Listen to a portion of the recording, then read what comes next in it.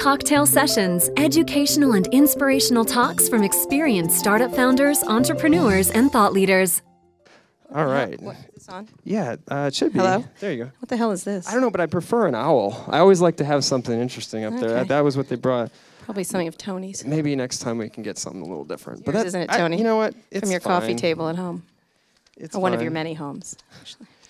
So welcome to Vegas. Thank you. Welcome back. You Thank you. come to CES, right? Yeah, Quite a sure. I bit. come a couple times a year. A couple times a year. Uh-huh. Is this your first time downtown? Yes, it is, actually. I can't believe that, but it's the case. Wow. It is indeed the case, and it's lovely. I was very impressed with things. Well, so thank you for coming and checking it out. What was like so far? Like, what's been your biggest thing that you're like, wow, that's really interesting? The Like, slushies were delicious. oh, where did you get a slushie? With the Bobos, just around the Oh, corner. over at the container park. I like the container. I like the whole thing that's going on here. It's really interesting. You know, everything is sort of baked in Silicon Valley in a lot of ways, and you know, hipsters are endless. You can't, even if you can't get rid of them, no matter They're what everywhere? you do. I try very hard, but so it's nice to see a smaller community. It's really lovely, actually. So let's just, so for folks that are here that may not know, like you did your intro here and a little bit of backstory. I wanted to actually get to how did you get started? Like you went to Georgetown, I know that, but aside from that, what was the drive to get into journalism and start from there? I went to Georgetown, the School of Foreign Service, which is a well-known school there. It's basically a funnel into the CIA. That's really what they do. Wow, were you going to do that? Were you thinking? I thought about it, being an Wow. analyst. Yes, I did. But I wasn't very discreet, so that was one issue. Total opposite of what they were looking for. Yeah, I was going to do analysis. Okay. I specialized in propaganda studies. Oh, interesting. Everything from Chinese propaganda, Nazi propaganda, and stuff like that. I was very interested in how people get easily swayed by things. And then when I was at Georgetown, I worked for the student newspaper. And I covered something that a Washington Post reporter covered, and they spelled things wrong. The reporter got a bunch of facts wrong and spelled a name wrong, and it irritated me. So I called up the Washington Post and actually got the Metro editor, who's Larry Kramer, who's now the publisher of USA Today. And I basically called him an idiot. And I said, how dare you, blah, blah, blah, this is terrible, it's the Washington So Post, you're I love fired the up, Washington. like- Well, it was the Washington Post, and I Right, had great yeah. regard for it, and to Right. see that level of sloppiness really irritated me. So I yelled at him on the phone for a while, and he said, you sound very obnoxious, come down here and tell it to my face. And so I got on the bus, and I got on the bus, I said, absolutely, asshole. And so I got on the bus, and I went down and met him, and he hired me to be the stringer for Georgetown University, which was good. It was a good job interview. And so he tells the story a lot. He like always takes credit for my career. He was no help after that, just FYI. So anyway, so I did stories. I did like the student corporation. There was a bunch of businesses. I did one on students renting houses next to rich people in Georgetown and bringing down the property. Like Neighbors is coming out, like that kind of story, which looks fantastic, by the way. And so I did a lot of stories, and it got me into Columbia Journalism School. Oh, great. And I worked at the Post at nights too. I was a copy. I just used to actually have print, so you used to run stories down to the people who and read them on paper. Yes, exactly. And so I did that, and went to Columbia, the journalism school, and it was a low time in journalism at the time. One of the not the death of newspapers time, but a difficult time. There was a recession going on, and I decided I wanted to start at the top, which I felt was good. And I didn't want to move. I was offered a lot of jobs in small cities across the country, especially in Florida, like small cities in Florida. That was such an appeal. Sunshine State, No, I'm gay, and it was like great. I can get shot and have a terrible life. You know, I was like, yay. Yeah, that sounds wonderful. You know, wow, that's great. Be right down. So, and yet still it remains. So it's a great state for gay people, except in Miami. And Key West. So Key West. but still not a great state for gay people. Yeah. So anyway, I went back to the Washington Post, essentially. I worked at the city paper, which was a local newspaper there for a little while. I worked at a show called the McLaughlin Group. Yeah. It was the first, it was Bill O'Reilly before Bill O'Reilly. I'm very liberal, so it was ironic and amusing. And they got pretty popular. I mean, they were it. They were popular, and then they also got even more popular and more mainstream. I think with SNL doing all their stuff. Yeah, right? exactly. Then they sort of faded out, but they really started the screamy talking heads Wrong. thing. Like, I remember that. Yeah. That was a great thing for our country. Yeah, perfect. So We're not it's brought gonna yell debate other, to a yeah. level of Right. lowness that it started the downward slide of debate in our country. So the show was ghost written, even though they said it's an unfettered discussion, unrehearsed discussion. It was all rehearsed, and so interesting. I know you're shocked by that. So I did that because I wanted to learn about television, and then. Went to back to the Washington Post at the style section and covered celebrities and all kinds of things. Are you from that area, DC? No, area? I'm from New York. Okay. From New York, and then There's a New Yorker. the tri-state area, I call it, New Jersey, New York, and stuff. And then I went. I worked my way up. That's what I did essentially. And so I actually started in the mailroom of the Washington Post. If you think about it, when I was in college, I was delivering mail for people who later worked for me, which was kind of interesting. One thing is, really talented people are mostly lovely, and untalented people can be jackasses. It was a really interesting thing to see from the perspective of a low-level functionary. So then I worked my way up into the business section, which was the backwater, actually, of the Post at the time, right. because everybody wanted to be in the White House and politics. Right. Politics, and stuff. And so I thought business. I read Barbarians of the Gate. I thought it was an amazing book about how making business people. It's about people and greed and money and interesting things. Excuse me. And so I started working in the business section because I thought business was much more interesting than people were depicting, and it was one of the main things people do all day. Right. And so I decided to cover it like it was not a soap opera, but a Shakespearean. I decided to go Shakespearean with business, and I got a great story about this family that was breaking apart, this billionaire family, and that was really a terrific story. Not for them, but for me, it was great. And I got really. They were calling me at night all the time, so it became sort of this soap opera. It was like Dallas in Washington. In DC, yeah. And then I got sick of them because they kept calling me at night because they started liking. They were sort of pre-Kardashian. I was going to say, that sounds familiar. They started that story. liking the attention that I was giving them in the Post, and I said, "You have to get me off this beat because I hate these people." And so I started. I was away. I took a vacation and was in the Soviet Union as it was breaking up. I wanted to see that. And my editor called me and said, "There's this little company called America Online, and it's this online services." No, now then you didn't. I'll tell you that. I'm really old, just to be clear. I know I look young and fresh, but I'm not. You look great. Yeah, well, I'm not young. So anyway, I covered AOL from the beginning, and then through that I met Yahoo when it first started, Amazon when they had 5 people. Wow. Oh God, Google didn't come around until '99. Yeah. So I met all the companies, and I wrote the first book about where I said this internet thing's going to be big. I was like, yeah, you better pay attention. Yeah. I know I was right on that one. So I did that, and I was during the book I met Walt Mossberg because he was one of the first people to really start writing about online services. Right. And he and he's in DC. He was in DC, yeah. and so he was critically important to AOL's initial success. One of his reviews really put it on the map. Right. And so he recruited me into the Wall Street Journal because they didn't have anybody covering online anything, no internet reporters at all. And this is '95. Wow. It just gone commercial. It really did. It was just getting started, and so you had to get a disc in the mail in order to use it. Yeah, exactly. So, but it didn't really get going until '97. Really, everything. And so, I was hired as their first reporter. Oh wow. To cover that industry. They mostly had just people who were covering chips and the innards of computers and software, and Microsoft and Intel, really. Right. And I was there to cover these strange little companies, and I knew all these people from. I met them when they were tiny. Right. Meg Whitman hadn't been hired at eBay. When I met her, she called me and said, "I hear you know about this internet, and should I take this job?" And I was like, "Well, you could make some money, I guess." And she did. So it was interesting. So it was super early. Wow. So that's not a direct path. No. To what you're doing. No. What is? Yeah. Right. No. Sorry. It's so.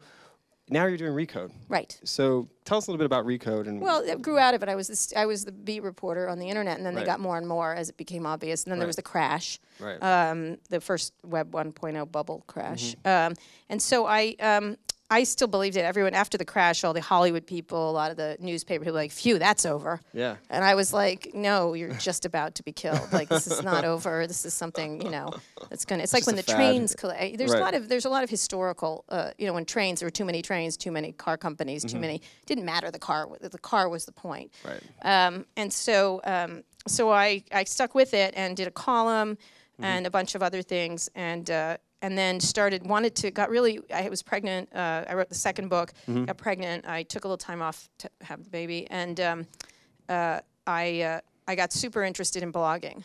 Andrew Sullivan, not many people were doing it, and I thought that was the future. What was your first thought of it, though? Was it, this is going to be amazing, or I thought it was the way it was. I thought I always thought newspapers were going to die. When I left the Washington Post, I told Don Graham, who was a wonderful man, that he said, "Why are you leaving?" And I said, I'll never forget this. I said, "The water's rising, and you are on a very low floodplain, and I'm going to the higher mountain, but that's going to get covered too." And so I really thought that newspapers, I covered retail, so that was dying. All the local all the local department stores, and then also classifieds. And I kept thinking, this is so perfect for the internet, because classifieds were classically anti-consumer, expensive, static, ineffective, and the customer service people were jackasses. So it's like just a great business to have. Like, wow, it couldn't be disrupted at all.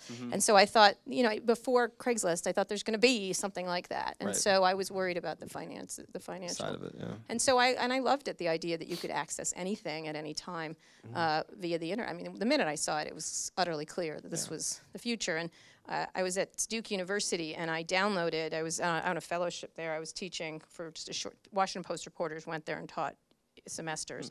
And so I was teaching there, and I'm a bad teacher, by the way. I'm like, why can't you do this? I learned it myself. I'm a terrible teacher, you idiot. So I just, it's amazing I have so many employees now. So anyway, so I downloaded all of Calvin and Hobbes, one of the cartoon section books.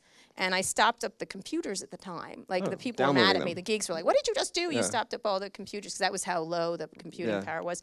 And these were these beautiful cartoons. And I said, I could download the whole book, don't you see? And they're like, you're an idiot. Why did you do that? You wrecked our whole system for like a couple hours. I'm like, but the whole book, I have it now on my computer.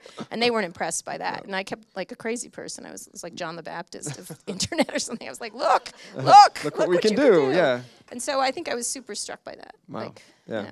And you stuck with it. Except John the Baptist, that didn't end well for him, did it? We got what you were saying. That would be funny. Yeah. That wouldn't be funny at So all. so you were at Wall Street Journal for a while too? Yeah, so I went to the Journal and did the newspaper thing, because that's what they had. Right. And everything was online and stuff like that. I had columns and things like that. And I think I irritated them a lot, because I was always like, your newspaper's dead. Like, every now and then this jackass in the back would say, forget it, you're finished, you're done. And so I was always agitating, and so was Walt, for more online stuff. And they were very interested in putting out a Saturday Journal, which I know. Right? Yeah. Do you want to read the Journal on a Saturday? No, thank you. Show of hands. Yeah. So I was like, you have to stop focusing on print. You need to focus all online. And I think at the time it was irritating, but you could just see it. It's sort of like, it was weird. It was like they love their horses, but I kept going, the car, look at that car. Look at the car, yeah. And so it was an interesting time to be there, because they really, in a media companies, I think they were the last people to see the train coming. Right. And one of the things I wanted to do was I wanted to do a piece on the Journal and how slow it was to get into the internet space and all the failures. And they were like, we can't do that. I'm like, wouldn't that be great if we looked at ourselves and did it? Yeah, of course it would. It's genius. Yeah. So they didn't think that was genius. They were like, no. It would draw attention to us. Yes, I know. But it was interesting. So I was always agitating for, I tell a story a lot that they were in a meeting about how to get young people. They always have these meetings, how to get young people to read newspapers. Right. Don't you love those meetings? Yeah. And so they were thinking of all these things and features and stuff like that. And young people were not reading content. Right. They just weren't reading it the way it was being delivered. Right. And so I sat in the back, and I was like, they're like, Caro, you're Miss Internet or something. They called the internet people. They were rather disdainful. Miss Internet. Thank you. So anyway, so they said, how can we get young people to read? And I said, well, you could tape a joint between the pages. That was my contribution, which I thought that was genius. Yeah, that was genius, right? Yeah. But they didn't like that answer. It's like bubble gum and baseball cards. Right, it was weird. And I kept making the argument that let's do it in a way, let's start to, not experiment. They like to experiment. Right. I was like, this is inevitable. Like, it's inevitable. Stop experimenting. Let's just move. And that's hard. I mean, I know that's hard when you have these big businesses to shift them quickly. They've established themselves. They had a revenue stream, and I totally understand. But it was so fast. The same thing with the music industry. You could see it coming everywhere. Totally. And the behavior of consumers. That was what people weren't paying attention to. Consumers liked it, and they were right. Right. And just like in retail, the consumer is always right. So. Right. So now you've got Recode. You left last January? Yeah, then we started up the blog, All Right. Things D, Right. which was owned 100% by the Journal, by Dow Jones. And you did really. that for a while. 12 years, yeah, 12 years. We did that and the conference, Right, which was got really successful. Big, yeah. Huge, yeah. So we had Bill Gates and Steve Jobs together. We had Steve Jobs about 8 times before he died. And everybody, George Lucas, everybody has come. And this year we have quite a lineup again. Right. And so we did that. It was financially successful, but they didn't want to grow what we wanted to do. And so, you know, people part ways, as I said on your radio. It just was they wanted to own 100% of it. We didn't want them to own 100% of it. And you built a brand that people know and love. Yeah, we did. And we did it very independently from Dow Jones, which was great. They did give us freedom, but at the same time, there was no investment money to grow. And we just kept handing over profits. And it was weird. It was a weird situation for us and them. And I think, you know, it's hard to have a crazy group of people inside of a larger institution. Not that they're not doing innovative things with the newspaper, but I don't think they're on the cutting edge of things. So about January you started, you rolled out, did your own thing, now you're at recode.net. So we got some investors, not small investors, NBC, which is kind of big. We've all heard of that. But we wanted them to be a minority investor, which I think is hard for a lot of media companies to give money to people. We had an established reputation, so that was good. But we wanted them to be a minority investor, and several companies were willing to do that. Not every one of them. But was it harder? Yeah, it's probably harder to find that than. No, we had lots of offers. A lot of them were VCs. And I'm saying harder to find a minority investor rather than a. VCs would have done it easily. We could have had money, like we were having money thrown at us by VCs. We don't want VC money. We didn't want that. Because we thought it was unethical for us. Other people do it. You know. Like here in Vegas, we don't judge. So, well, I do secretly in my head, but I'm like, oh, I wouldn't do that. Does it leak out everywhere? But anyway, we didn't want VC money, and we wanted media investor money because we also wanted some expertise in video. Because I think television is terrific, and I think a lot of stuff and NBC needed more tech expertise, so it was a perfect marriage in that regard. And you also have Terry Semmel's Windor Media. Right, exactly. Yeah, so he's a big media investor. He was at Yahoo, but most of his career he's been in the media. Interesting. Okay, so how's it been? I mean, you've been doing this now for. Well, we've been doing it the same. I mean, we were very independent, and it's just now it's ours. And so one of the things was we had to had to build a business staff, which is you know we were pretty good at business. I have to say we're not bad. So we've had a lot of. I was calling it on the radio this morning a 12-year startup. So we've had a little experience in that. And what was great is the whole staff went with us. The entire staff moved with us. That's great, yeah. And we've been able to expand. We've hired a cultural reporter because I think writing about the culture of tech is really interesting. Hired a science reporter and a future, science/future, because, you know, ooh, look at that. I call it the what? You know what I mean? Like, you know, digital eyeballs, what? Like, you know, plastic skin, what? You know, so that has digital diodes in it, whatever crazy thing Google's doing, we'd like to cover that. And time machine, wow. So we have that, and we have hired video people and a Washington person to cover regulatory issues. So we wanted to really, and we never were able to expand. So so now you can do what you're doing. Okay, that's great. I'm curious, though, you still write? Yes, a lot. A lot. Yes, I wrote 5 stories yesterday. Wow, that's amazing. Let's hear it. That's a lot. Well, no, Monday and Tuesday. No, please don't clap. That's a lot of writing. That's my job. It's like saying, fireman, good job for putting out the fire. So Monday, I wrote a lot, and then yesterday was the Alibaba IPO, and I've known them since they started, since '99. So that's a pretty fascinating. That's a big IPO. It is. I met them in '99 or 2000. So I've known them a long time. And so that's. I mean, you talked about it a little bit today on NPR, but let's talk about that a little bit more. So that's an international IPO. Global IPO. It's got some. Well, it's a Chinese company primarily. I mean, it operates in China. All of its revenues are I don't believe they have hardly any revenues elsewhere. Yahoo was involved in that a little bit. So. Well, Jerry Yang, actually, he's sort of been redeemed in a lot of ways. He made the initial investment in 2005 of $1 billion. Wow. And it's worth, whatever, $20, $30 billion now. So what are your thoughts on the IPO? It'll be interesting. The markets are they were bad today. The tech companies got killed today. I think that it's a really, if you want to buy China, that's one of the companies to buy. But China is, a difficult also an investment. There's government intervention there rather severely, but they're them and Tencent and Baidu, and I would say probably Tencent and Alibaba are the two really big ones. So if you want to buy in that, you can. Yahoo has obviously benefited from that. That's what's keeping its stock up, although it got killed today because they showed a little dilution in ownership. But it's really saved Yahoo in a lot of ways. Let's talk about ethics a little bit. You're involved in, you've got an ethics statement that you put online. Yes, it's very long and no, but it's got a lot of good information. I'm trying to numb you into submission. So. And you're like, oh, yes. Yes, okay, fine. She's really okay. She's got it. Yeah. Okay. Yeah, everybody does. Every reporter on the staff does that touches editorial. Not the business people, I don't put in. When did you start doing that? When we started the website 7 years ago, the original website. Because you have investments in other things. And no, I don't. I saw that you have. I have like a 401k, that kind of stuff. Okay. I don't call up my, hey, banker, buy me some Alibaba. No, I don't do that. No, I don't do that. So very above board. What are your thoughts just on in general? Well, I thought it was important at the time because one of the issues at the Journal was I was a pretty prominent columnist and everything else, and my partner Megan worked at Plan It Out, which was a gay website. She was the CEO, and I don't mean to be rude, but nobody cared about that. You know what I mean? That was like a small company. Right. But when she went to Google, but this was Google before it was Google. So at the time, I thought Google was going to be huge, and so which is why I said you really should take that job. That's a good job. And she went there in 2001, 2, somewhere like that. Early on. Sound advice.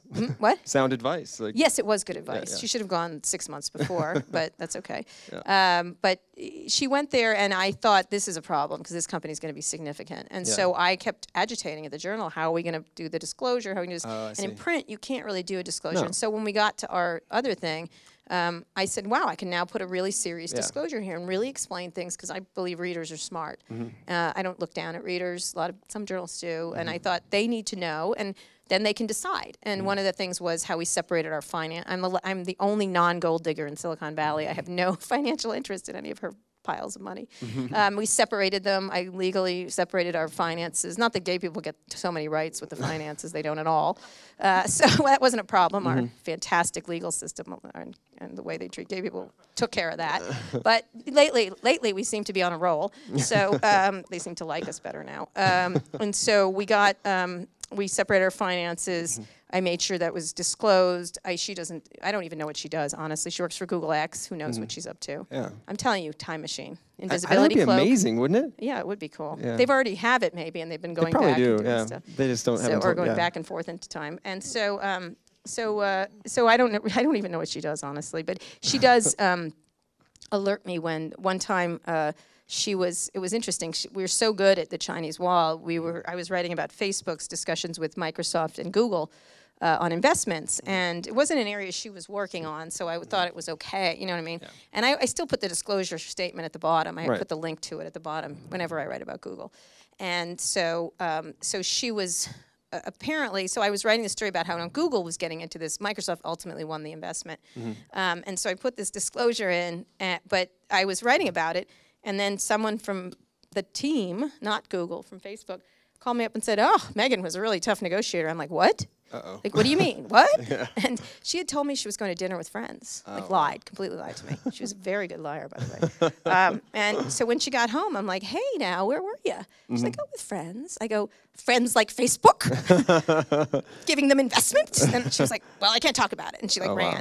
And so I then had to stop writing about it, and I gave it to another reporter. So she should have disclosed to me what she was doing. But the minute we did that, I said in the piece, I can't write about this anymore. She's clearly deeply involved versus being at, because Google's doing a million things. Yeah, and now she's over at X, and I don't really care about that stuff. So let's talk about some of those wow, like you call them wow, that's crazy. Those types of things. Talk about the future, because she's probably working on it. I have no idea. Don't even know. We don't know. But let's say she is. What are some of the most interesting advancements that you see? Well, I think everybody talks about wearables. I think they're in their really nascent stages. Are you wearing anything that's wearable right now? I have a Fitbit right here, a little one. I get irritated by the stuff on the wrist. I think they're silly. I don't think they give enough information. I think they're they're irritating to me. Have you seen the back one that makes you sit up? Yeah. We wrote about them. Yeah. I mean, it's interesting. I kind of need it right now. Is what I'm thinking. Yeah, because these chairs are tough, aren't they? Well, you're a tall guy. I'm not. I'm perfectly fine right here. Yeah. You okay? Okay.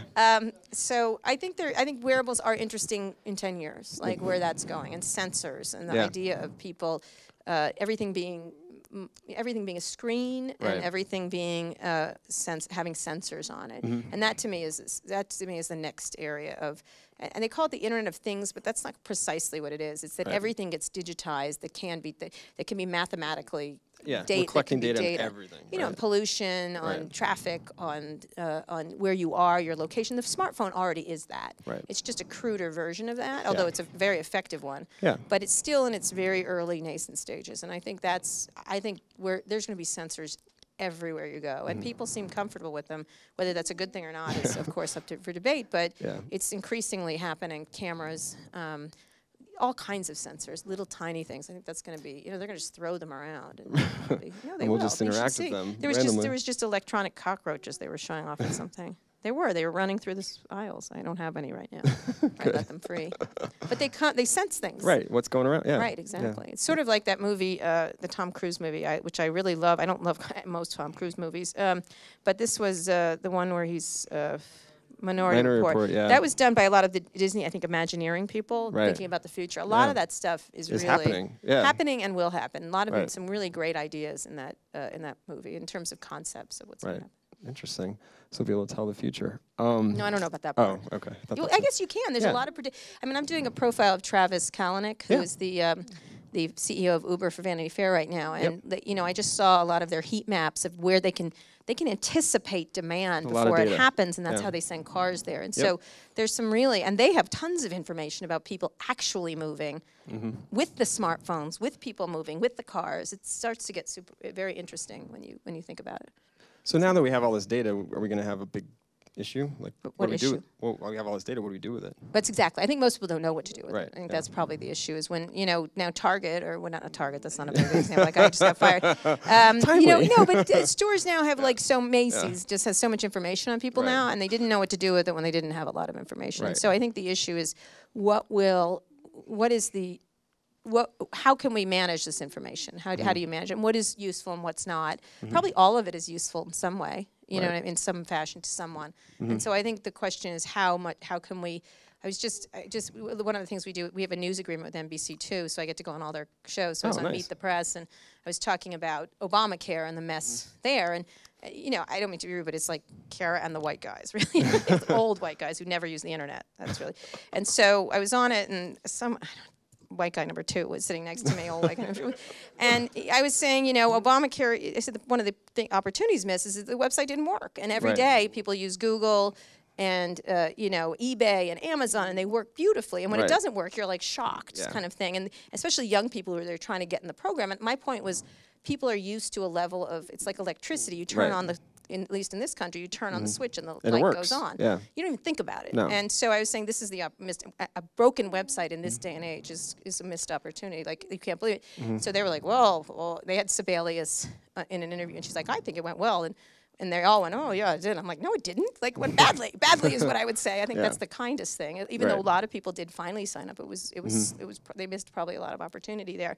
And so for some reason, I was like, this works. I said, even Tinder, does 12 million matches a day, and it's quantumly more difficult, like what they're doing. They have people moving, dating, 12 million matches, geographic. Yeah. And the guy's like, well, you can't compare it to that. I'm like, no, because Tinder is harder. Like, you know what I mean? And that's like 4 kids down in Los Angeles that are doing this thing. Doing that, maybe it's a little more than 4, but it's not many. Right. And so it was sort of interesting to watch the mentality of Washington versus where this is going. It still it reminds me, having lived there for so long, how backwards they are in terms of what's about to happen. Right. Interesting.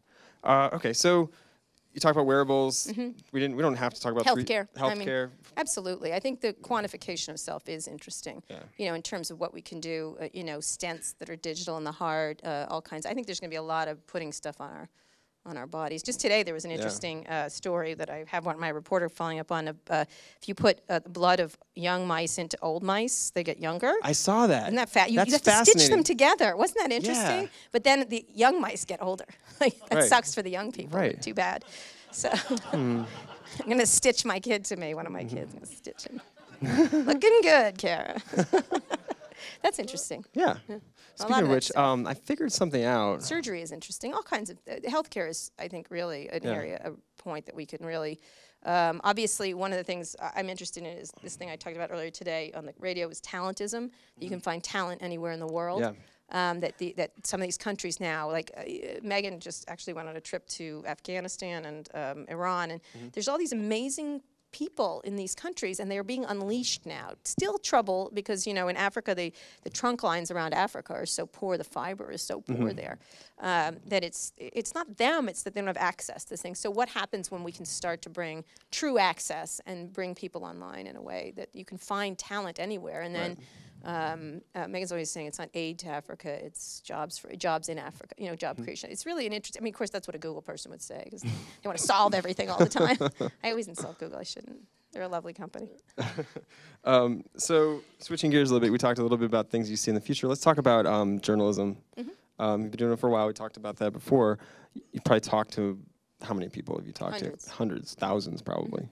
What are some of the most interesting interviews? I mean, we talked about off before, Steve Jobs, right? Yeah, kind of hard to beat that. Yeah, and you've talked to him several times. We interviewed him 8 or 9 times. Wow. And we did one with Bill Gates and him, which was the best interview of all time. I mean, that's going to go down in history, that one. Especially, my favorite part was, I said, what's the thing, they had a very difficult relationship, and it went up and down over the years, mostly down. There was a lot of, you know, there's a rivalry. It was sort of like Thomas Jefferson, John Adams. Like they had, you know what I mean? Like if you read that history. And they were clearly the 2 top figures in technology of this of the century, you know, kind of in this particular era. And they will go down like Edison, those kind of people. And so they had a difficult relationship, but they also, by the time, at this point, they were getting older, so a little bit less competitive, although still very competitive, by the way. But I said, what's the thing people don't know about your relationship?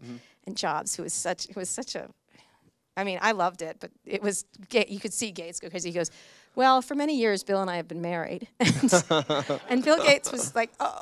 Like, when he said it, it's like, we've had a great relationship. We're quite in love, or something like that. He says it, and he said it so casually, and then Gates was trying, like, I can't be homophobic. I can't look this. How do I recover from this? But he was clearly like, I'm not gay. I'm really a man. I have children. So it was really funny. You should have just said, absolutely. That's why I love Steve Jobs. He would do stuff like that all the time. I mean, I know there's he had, you know, it was funny. A lot of the book that is written about him, to me, someone was saying this about someone else yesterday when I was talking about it, that everyone was like, he's heartless. He was all heart. That was you know what I mean? Like, almost that's why he was the way he was. It wasn't heartless. It was, it was passionate in a way and emotional beyond. about and sometimes, you know, problematically. So, I mean, he didn't drive with a license. He never had license plates.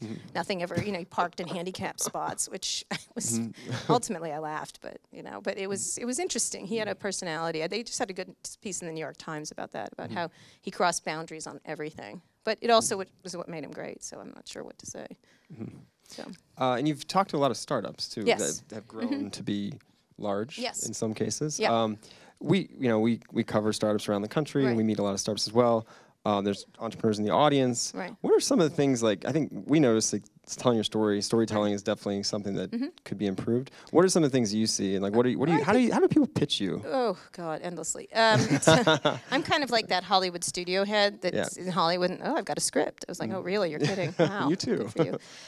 No, I think, you know, the best entrepreneurs. There's a couple qualities that you notice, and I think. Probably Travis at Uber has this. Mark Zuckerberg most definitely has it. Gates has it. It's relentlessness. I'm trying to think of a woman entrepreneur who's. Most of the ones who are great, all the great entrepreneurs have a relentlessness that doesn't give up.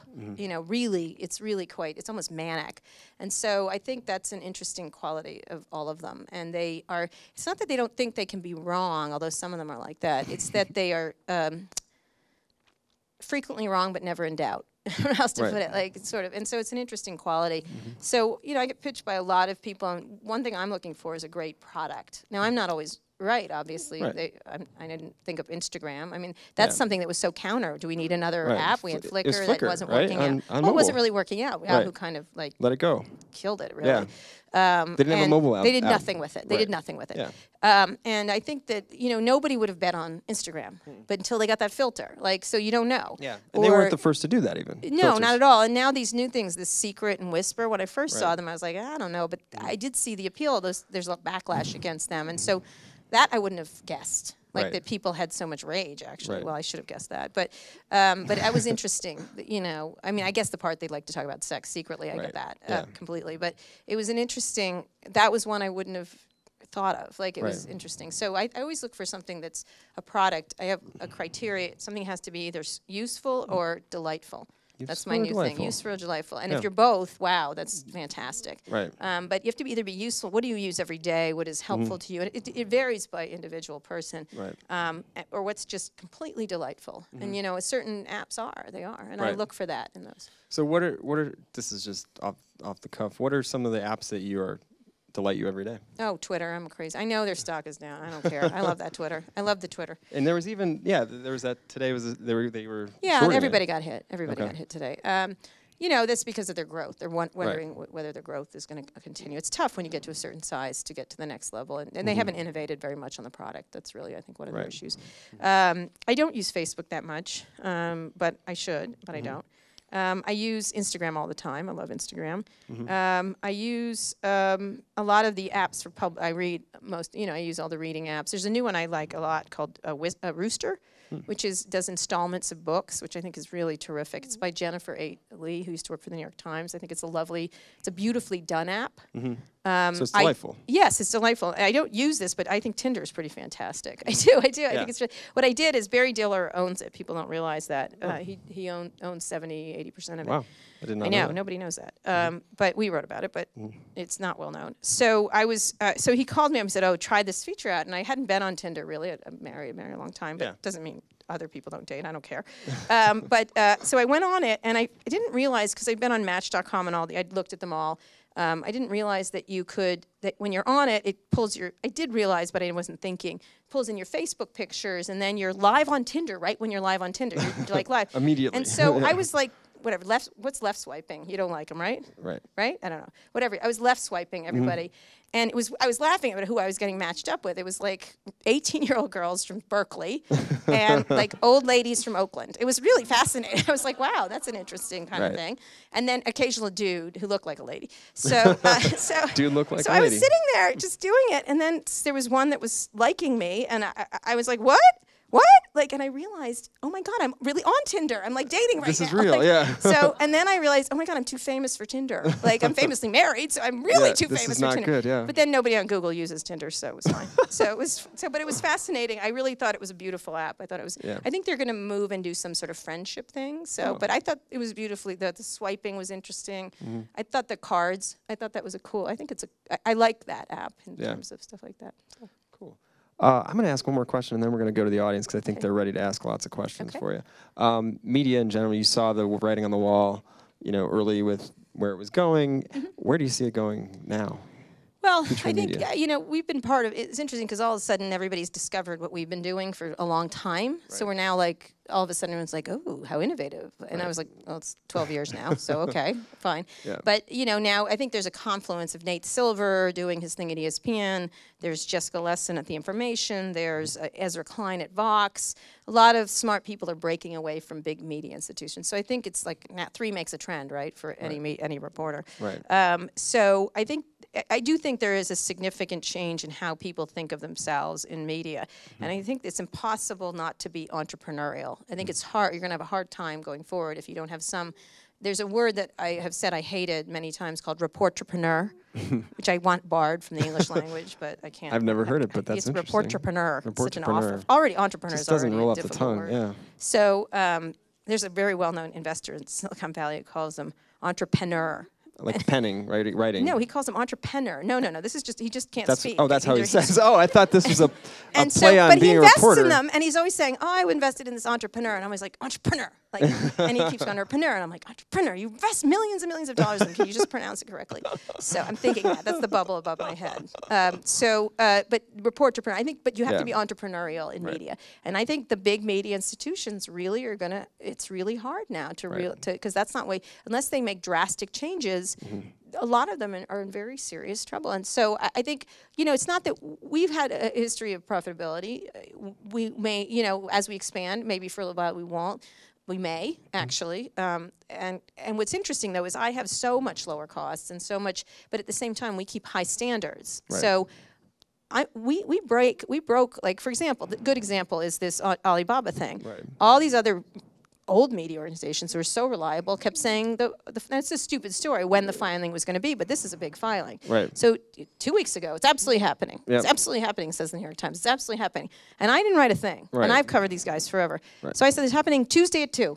Yep. Because I did reporting. I did really, and it happened at Tuesday at 2. So I have 10 people. They have 70. And they can't get it right. And they can't get it right. No, not they can't get it right. It's that there's new ways of reporting that have the same high standards that are much more nimble. And they just, it's either the organization, we have great editors too. It's not like we leave out editing. We think it's an important part of it. We have the same standards, but we're just more nimble. And so I think, and doing, like Jessica's doing some very interesting stories over at The Information. Everybody's doing really interesting things. Like we just introduced a column called Code Red today, which is really funny. I wanted a funny voice. Yeah. And John Peczkowski's really funny. And some of his headlines are just to die for. So we broke news in that. Katie Cotton's leaving Apple, or the other day he had another one. And so we can like take shots all over the place. But I think in general, like a lot of the big media story, Satya Nadella going to Microsoft, going to be the CEO. We broke that story. That they were talking with the Ford CEO. We broke that story. Right. Everything about Yahoo, obviously. Right. And Makers, Disney buying Makers. I mean, these are the things that the old media organizations used to own. Right. They don't own it. Not just me, but TechCrunch does a very good job with the startups, and all kinds of people are doing a much better job. Yep. So that's what's interesting to me. Okay. All right. Hands are already going up. Yeah, we can do that. Or we can repeat the question. Which do you like? You don't want to let go of the microphone. No. I don't. And actually, I'm going to take the first question. Okay. I have power. So you mentioned the quality relentlessness. You're now a founder. Yeah. Do you identify I'm with that? My friend. Did you not notice? I'm sorry. I'm a relentless reporter. Yeah, it has a quality. Excellent. Yeah. I want to win a lot. I do want to win, and I don't want to just win. I want to beat the people into the ground. I really do. I hate to say that. I'm really competitive, and I've always been competitive as a reporter. I was at the Washington Post. I was at the Wall Street Journal, and so it's a quality I have, and it works well in business, I have to say. I want to figure out more ways to make money. I want to figure out why this isn't working. I want to A/B test headlines. I want to see what works best. And I also want to, one of the things that you can do when you're a little too technical in journalism is like, because the machine says it's right doesn't mean it's the right thing. You know what I mean? Like we can tell one headline is better than the other, but I personally want to put in headlines that we like too. So I think I'm definitely relentless. I wouldn't say I'm shy either. At home, I'm real shy. No, we're going to run around a little bit. Okay. Jen, run around. Yeah. Hi. Hi. I'm not even sure how to phrase this question because I feel so strongly about it. All right. I kind of feel like no one's talking about the FCC dropping this proposal to kill net neutrality in 9 days. Oh, net neutrality. Your thoughts? Well, I have offloaded all the net neutrality coverage onto our fantastic reporter, Amy Schott. So I can't say I'm an expert on it. So that's the problem. I think it's a debate that goes on a lot in Washington and between the big companies, Comcast, especially Netflix and things like that.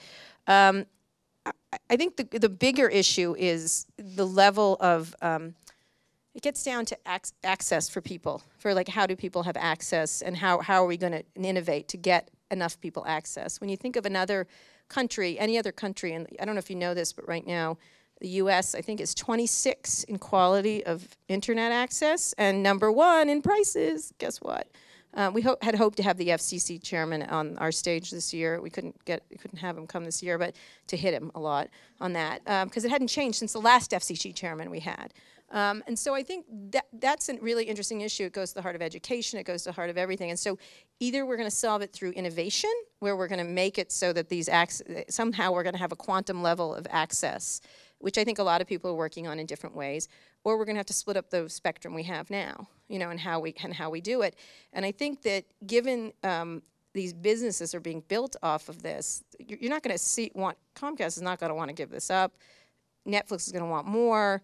There's going to be it's like water in California. There's going to be a massive fight over this. And so it's an interesting, I think at some point it'll be solved because there will be these things. But when you go to Korea or China or anywhere, I mean, access in China is better than here. That's really quite something. I mean, China is a very aggressive country in terms of education and everything like that. But it goes through the same thing around STEM education, which is now called STEAM, by the way, because you add arts into it.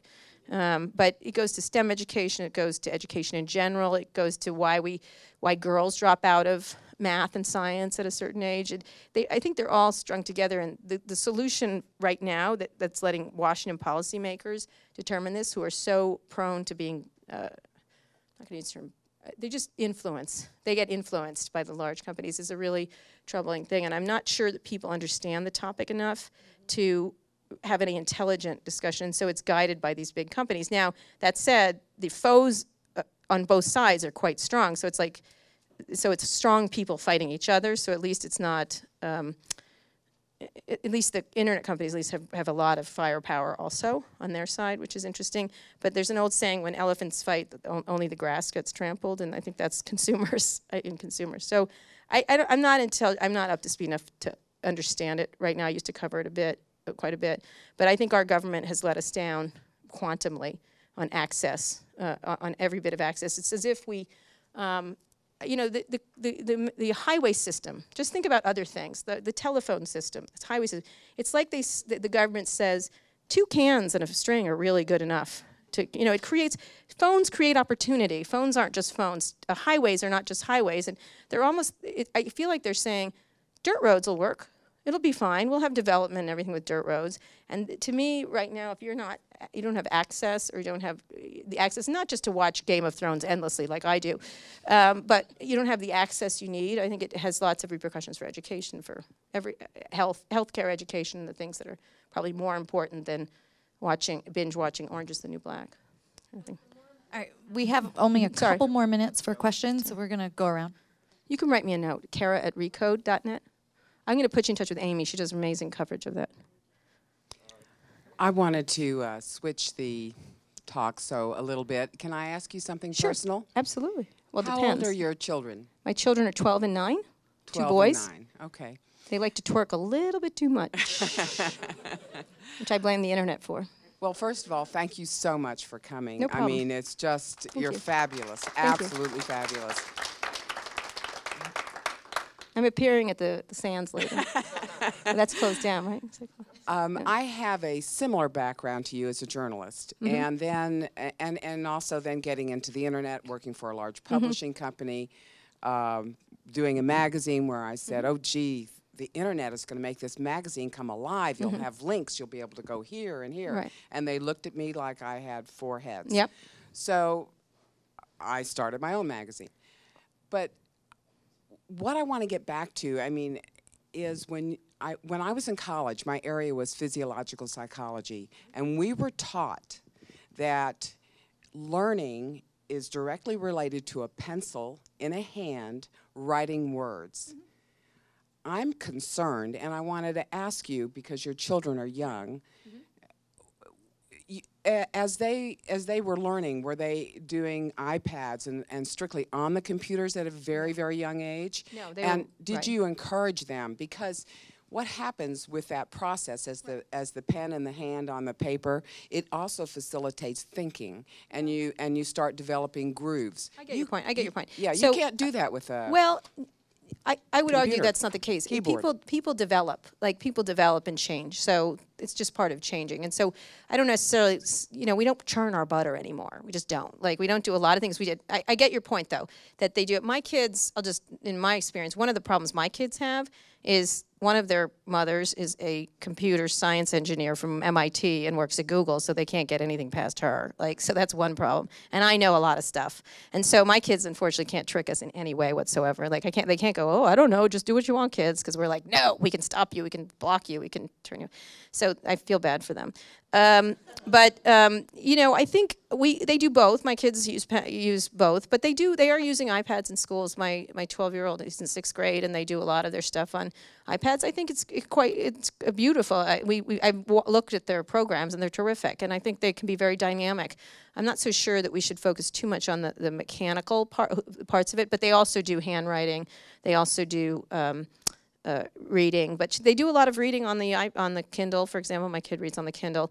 I wouldn't say they're excessive users of it. They're unusually not excessive given their parents' jobs. But I do think it's inevitable that these things are like, I think the iPad is going to be so thin you're not going to believe it in 10 years. You know, it's going to be something you're going to throw away. So I think, and what's interesting is a lot of the writing going on iPads is interesting too. I mean, a lot of that has really gotten amazingly good. So I think the issue is probably just basic education, basic reading and writing education is something that I think sometimes gets lost in this era. That said, when I go into schools sometime with the desks going the same way, I just like such a different, I sometimes go sheep, bah, bah, when I'm at my kid's school, and even though it's a very progressive San Francisco school, why are we sitting in rows learning and memorizing? Like, I don't even get it. It doesn't make any sense. So one thing Megan, my partner, is behind is a lot of project learning, because people learn to cooperate, they learn to work together, and so she's pushing really hard at our school to do lots more project-based learning, where they work together and they learn all other skills and stuff, which is an interesting thing. So I'm not so sure the pencil is the issue. It's how we teach kids, but I'm not by any means an expert on this.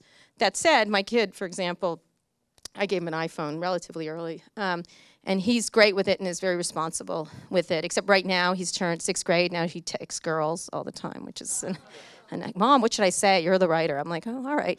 I feel like there was an episode of Modern Family where the father kept telling him what to say. And it worked, actually. It was quite good. He took a nice lady to the movies, which was good. I still got it. He took a girl to the movies with 4. They were like 4 kids. It was interesting. But they did it all online, all their things. But he was on a game he plays sometimes, Clash of Clans, which is a popular game. And they had just started these in-app purchases that were very confusing. And so he charged $3,000 in 15 minutes. I know.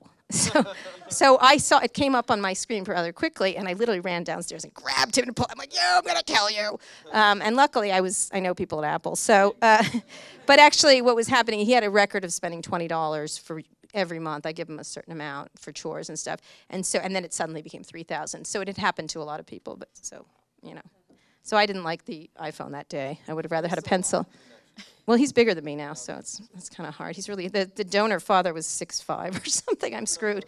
So he's really tall. All right, we're flipping to this side of the room. Okay. First, I want to say thanks for replying to my tweet last week. Oh, no, I tweet, but people don't believe that. Yeah, you said thank. By the way, I'm closing in on 1 million followers, so I'd like you all to follow me, please. I'm going to have a contest. Kind of a weird, interesting question. Why do you think Steve Jobs chose you guys out of, like, you know, all the reporters to actually do interviews? Because he enjoyed the back and forth, I think. I don't think we were particularly, like one year we called him a liar several times, because the year before he had said, I'm never going to do a phone, and then the next year was a phone. And so our next question the next year was, what are you lying about us this year? What lie would you like to tell us this year? I think Steve was someone who, well, first of all, he had a great relationship with Walt Mossberg, and they had a long relationship since the beginning. Like, really, Walt had been writing for 20-some years, and he was the first person who really wrote about technology in an accessible way, and not like geekified. And I think that was part of it. They had a really interesting relationship, but back and forth. Like, Jobs would call him after every review and yell at him, you know, I can't believe you said this, or if he was a little too nice to a Microsoft thing, would be like, oh, that sucks. Like, you know, he was like that. It was interesting. So I think that relationship was important. They had a really trusted reporter subject relationship that got more poignant as he got sicker. You know, it was kind of an interest. But Walt wrote an amazing piece about their relationship when he died. I thought was the best piece on that. Secondly, I think he wanted to do one thing where he didn't have control. He had control of everything, really. And I think he was such an intellectually challenging person. He liked a little bit of the back and forth, and he liked a little bit of trouble. He liked to make a little trouble. So I think that maybe that's why. He liked Walt better than me for a couple of years. And he's like, who's the snarky girl sitting next to you? I mean, he knew who I was, but he was like, she's irritating me now because she keeps asking me irritating questions. And he was used to being, he was used to being like the god. So everyone was like, oh, Steve Jobs. Like people would fall on themselves and I'd be like, you know, what are you lying about now, Steve? So, but he came around to it because he was he was quite someone to know, I have to say. But years later, we were at there was an event for, I forget, one of them, when they did Ping, remember that horrible Ping? And he goes, what? So he comes out, and Walt was away on vacation in France, and he comes out looking for Walt, because he was like, Walt, where are you? He liked to talk to Walt and debate with Walt about stuff. And then there's me. And he's like, oh, he's crestfallen, like, oh, it's you, just you. And so I said, oh, come on, you have to talk to me now, because, well, I'm Walt. Pretend I have a goatee and everything. And so we were talking about various things, and he's like, what do you think of Ping? I'm like, it sucks, as far as I can tell. And he's like, well, thanks. And, you know, it was like, you know, it was an interesting interchange. And so then we were talking about the iPad, and he was... he goes, well, where is Walt? I said, he's on vacation in France. And one of the things he's experimenting with, this is when the iPad first came out, is whether you could write, just have an iPad and no laptop. He was writing a column on it. If you could actually, this was early before there was a lot of the stuff that makes it easier. And he, and he goes, well, how'd it go? And I said, well, it's working really well, and his wife is pissed because they're in Paris, and he's pecking away on the iPad. And I'll never forget this. He goes, I can turn it off. Like, oh my God, we could. It would be so funny. Could we put a note to him? And it's like, ha ha. So after that, we had a good relationship. So it was funny. It was pretty great. But you know, I don't know what nobody could make Steve Jobs do anything, and that he didn't want to do. He was really. I feel very privileged, even though I think many tech leaders don't love me so much. I do feel privileged. Like it's like covering. You know, it's like being there when Edison or Ford, I know these people in 100 years when they're writing about Zuckerberg and Jobs and Ellison even and Gates. I was there to see them as in their great, like, and Mark Andreessen I met in his early 20s. Like, that's something. Like, it's like something to meet these people. You know, Travis, I'm spending a lot of time with. I think he's a great entrepreneur. So it's not, I don't like cheerlead for them, but it's really quite something to have a front seat on people that are really, truly changing the. I hate to use that because I make fun of Silicon Valley people that say that all the time, but they're significant. They're making significant and interesting contributions to, like, it's like meeting the first Hollywood people, the first. So although I love Silicon Valley, if you watch it on HBO, liquid shrimp. All right, we're taking our last question right here. By the way, I have a cameo in it coming up, and I don't think I look very good. I did one where I had to argue with someone who was like Larry Ellison, and they didn't give me any lines because that's how Mike Judge works. You have to kind of make, it's like Larry David show, you have to make things up. So the guy said a bunch of ridiculous things to me like pivot, and these are more than just buzzwords, and they just told me to say what I would say to someone I'm interviewing. And so the guy goes, Kara, the guy who's playing the rich guy, Hooli founder. So he goes, Kara, these are more than just buzzwords. And I went, those are all fucking buzzwords. And he goes, I'm hurt. And I'm like, listen, delicate flower, answer the fucking question. So I literally had a conversation like that with Eric Schmidt at one point. Like, he's like, I'm hurt, Kara, by your tone. Like, you know, how they get, all these internet people, they're all super, you know, I call them sensitive new age males. They're like, oh, I'm so hurt by your question. Don't you like me? Like, no, I don't think that matters. Anyway, sorry. Could you compare and contrast the business models of some of these new blogs, including yourself? Right. Sure. And maybe add as part of that how video is entering into it. I'm noticing. Yeah. I'm sure a lot of people are noticing that you'll be on a blog and you'll click on what you think is an article, and instead it's some reporter there telling you everything, and of course an ad ahead of it. Yeah. Yeah, well, you need ads to pay for these things. I hate to give you a piece of information, but I think ours has been, in the last years of All Things D, we got profitable on the website. It's difficult. It's difficult to be profitable. Conferences is a very good business. Let's just say it's quite a good business, especially if it's a successful one. Even unsuccessful ones do rather well. So ours is a combination of right now, excuse me, conference fees and advertising on the web, and that's actually coming along a lot better than I thought. Actually, the web part of it is coming. So we have two revenue streams. We're looking at subscriptions on certain things. I'm trying to figure out what we could actually offer that's that much better that you'd pay for it. It's very difficult to find that, so I want to experiment around in that area. So I'm hoping to have some sort of subscription business at some point. And then video is important because the prices you get for advertising are not as depressed as other areas because CPMs are coming down all over the place. So that's ours. We have several. We don't sell T-shirts and things like that. I wouldn't mind. But we try to think of all kinds of business models of what we can do and different kinds of conferences. We've moved them from some large ones to small ones to we're going to do an innovation series around the country. We're going to come to cities around the country and have a sponsor. So sponsored models work really well for us for our content because we're not huge, and again, we had to start from zero on January 1st with the SEO because Rupert wanted to keep the All Things Deep brand, right? Brand, yeah. well, which he's not using. Okay, Thanks. spite much. So anyway, so we had to start from zero in that way, but that's working out better than I thought.